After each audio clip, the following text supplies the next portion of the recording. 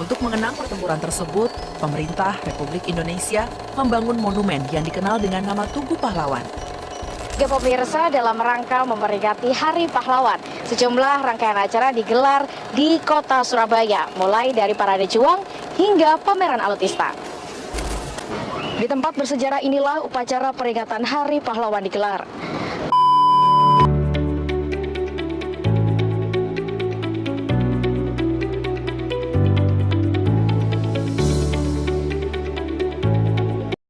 Smiling Voices, okay.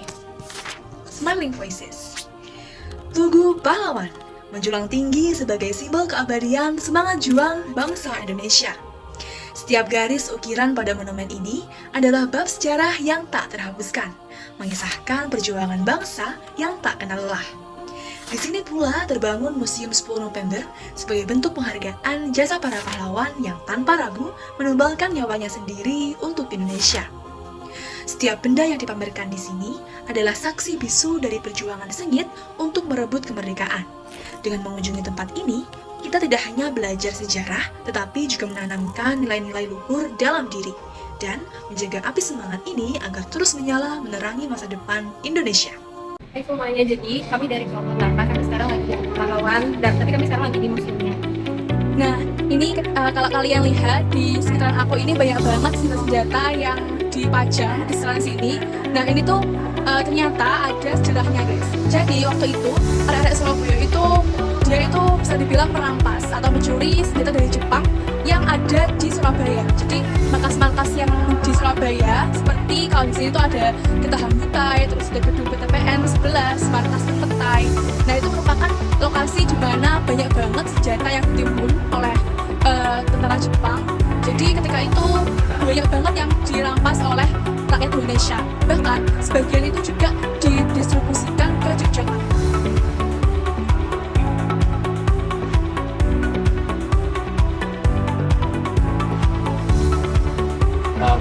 Dan ini merupakan saksi bisu tentang sejarah 10 November yang ada di Surabaya, tentang perjuangan arah-arah Surabaya dalam menghadapi gempuran-gempuran tentara Inggris.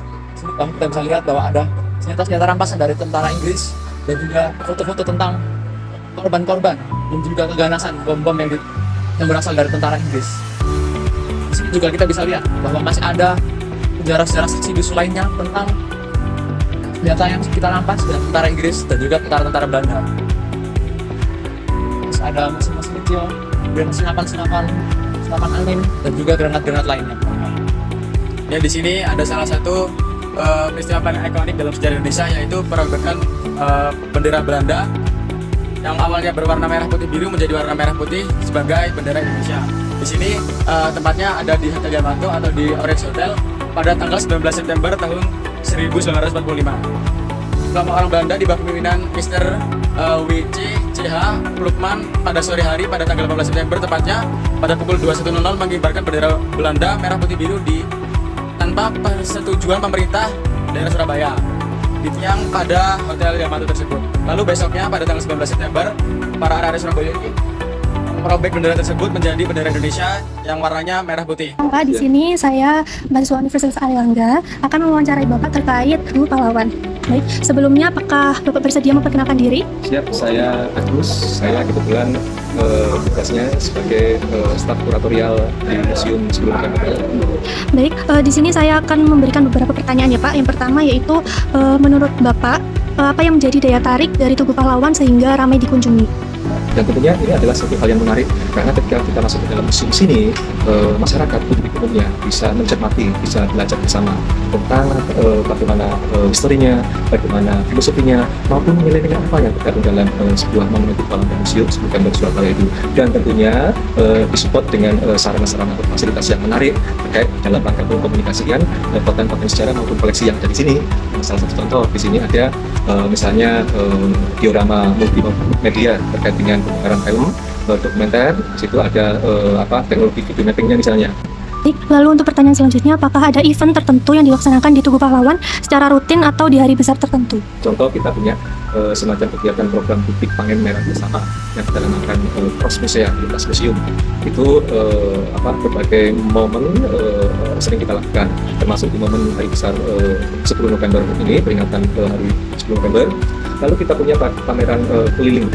Kita push to school, push to pesantren, push to mall, ya. Lalu push to area publik yang lainnya seperti itu. Baik, terima kasih atas penjelasannya, Pak. Perkenalkan Pak, saya Anissa Fitri, mahasiswa FK UNER. Hari ini saya ke sini untuk mencari Bapak tentang Tugu Pahlawan. Kira-kira di sini pengunjungnya itu dari kalangan apa ya Pak biasanya? Kalau kita temukan teman-teman akademisi dari yang paling kecil, kelompok bermain ya PAUD sampai mahasiswa itu semuanya. Dari mayoritas apa ya Bu? Mayoritas itu tergantung event sih. Oh, terus kira-kira ada nggak Pak event rutin yang diadakan oleh Tugu Pahlawan ini? Mungkin dari hari besar seperti Hari Pahlawan juga ada event beda gitu Pak? Yang pasti karena November ya, November event kita sendiri. Sebagaimana kita dibangunnya musim karena event November. Kalau event yang lain itu kita ada tiap bulan. Jadi contoh seperti event teatrikal. Oh, ada teatrikalnya. Ini salah satu program publiknya kita yang memang mengedukasi lewat sebuah tayangan pertempuran teatrikal. Tepatnya di areal Tugu Pahlawan di lapangan Akhir. Itu biasanya kita tiap bulan ada 3 komunitas yang teatrikal. Jadi selain itu kita ada juga namanya campuran juang. Yang barusan kemarin kita adain di tanggal 2 dan 3 itu malam hari. Itu penunjang dengan museum bukan malam hari. Banyak eventnya, ada musik live, ada ludruk, ada putaran film, ada UMKM yang jualannya khas Surabaya. Terus kira-kira kalau per hari berapa ya Pak rata-rata pengunjungnya? Let's say kita dari jam 8, jam 10, kemudian jam 10 sampai jam 12, bisa dari jam 1 sampai jam 3, nanti kita ada 3 sesi.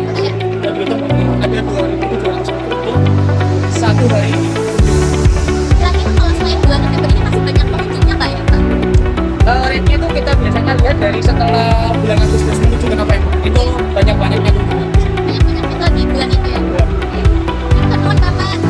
Perkenalkan, nama aku Melani Putri, dan di sini aku ada salah satu pengunjung dari Tugu Pahlawan. Nama kamu siapa? Kenalkan, nama saya Arsenius Sanani dari Kota Surabaya. Oke, aku izin bertanya ya. Pertanyaan pertama itu, apa sih alasan kamu ke Tugu Pahlawan ini? Mungkin alasan pertama saya karena saya sedang melaksanakan latihan untuk upacara Hari Pahlawan nanti, juga ingin lihat-lihat museum di dalamnya juga sih sebenarnya. Oke, yang pertanyaan kedua itu, daya tarik dari Tugu Pahlawan sehingga ramai dikunjungi menurut kamu apa?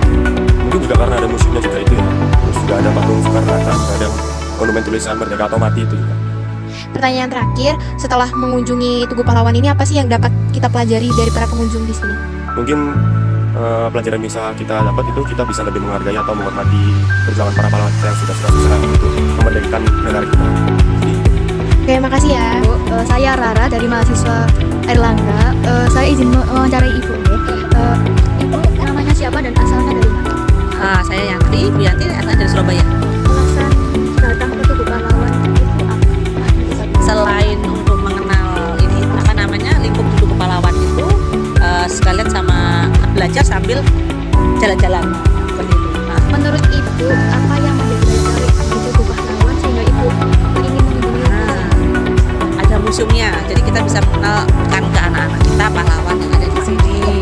Menurut Ibu, seberapa penting kita ke Tugu Pahlawan untuk menunjukkan rasa cinta tanah air atau untuk nasionalisme? Sangat penting sih Mbak, masalahnya kan kita hidupnya di dunia modern kan ya. Terus kita bisa mengenalkan anak-anak gimana dulunya para pejuang itu berjuang untuk kota Surabaya tadi. Terima kasih. Jadi setelah hasil kunjungan kami pada field study sebelumnya tentang bagaimana Museum 10 November berdiri dan juga sejarah-sejarahnya, itu memberikan efek dan juga dampak-dampak positif lainnya bagi masyarakat sekitar, tentang bagaimana mengenal sejarah monumen 10 November dan juga bagaimana sejarah arek-arek Surabaya untuk mempertahankan kota Surabaya ini, dan juga dapat menjadi sebuah tujuan dan juga jembatan untuk mempertahankan nilai-nilai NKRI dan juga semangat-semangat nasionalisme bagi arek-arek Surabaya. Selain itu, pihak pengelola museum juga harus mengadakan kegiatan-kegiatan yang dapat mengundang massa atau remaja-remaja sekaligus pelajar di Surabaya agar gemar untuk mengunjungi Museum 10 November. Seperti mengadakan suatu event untuk merayakan kemerdekaan Indonesia maupun memperingati hari-hari besar di Indonesia. Selain itu, Museum 10 November juga sering untuk mengadakan teatrikal yang dihadiri oleh para pelaku seni dari seluruh Surabaya maupun di Indonesia. Sekian dari kami, kelompok 8 dari PDP 89. Terima kasih. Wassalamualaikum warahmatullahi wabarakatuh.